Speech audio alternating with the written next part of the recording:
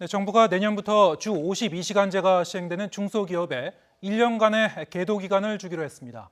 또 주 52시간제 예외를 허용하는 특별 연장근로의 인가 사유를 확대하기로 했습니다. 취재기자 연결합니다. 추은호 기자. 네, 추은호입니다. 네, 계도 기간을 어느 정도로 둘지가 관심이었는데 일단 1년으로 하기로 했군요. 예, 그렇습니다. 1년으로 정해졌습니다.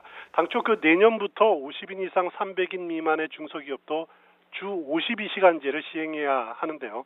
정부는 중소기업의 준비가 현실적으로 미흡한 점을 감안해서 계도 기간 1년을 부여하기로 했습니다.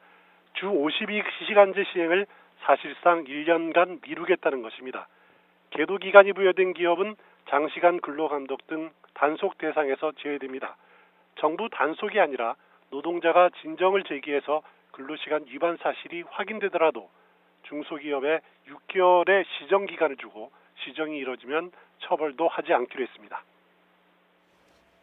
네, 지금 말씀하신 대로 중소기업에 대해서 주 52시간제를 사실상 1년간 이제 유예한 셈이 되는데요.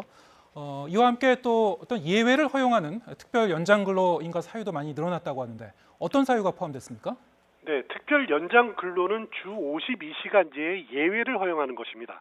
지금도 특별한 사정이 있는 경우에는 절차를 밟아서 연장 근로를 허용을 하고 있는데요. 다만 지금은 특별한 사정이 재해 재난을 수습하는 경우 이렇게 몹시 좁게 제한되어 있습니다. 정부는 여기에 더해서 경영계가 기업이 요구하고 있는 경영상의 이유까지 포함해 특별 연장 근로 인가 사유를 좀 더 폭넓게 인정하기로 했습니다.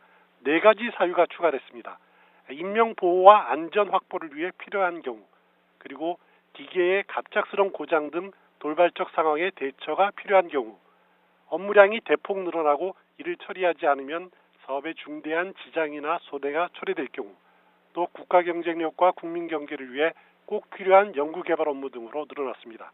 그러니까 응급 환자의 구조나 치료, 갑작스럽게 고장난 기계의 수리, 대량 리콜 사태, 그리고 주문 폭주로 납기를 마치기 위한 연장 근로도 인정하겠다는 것입니다.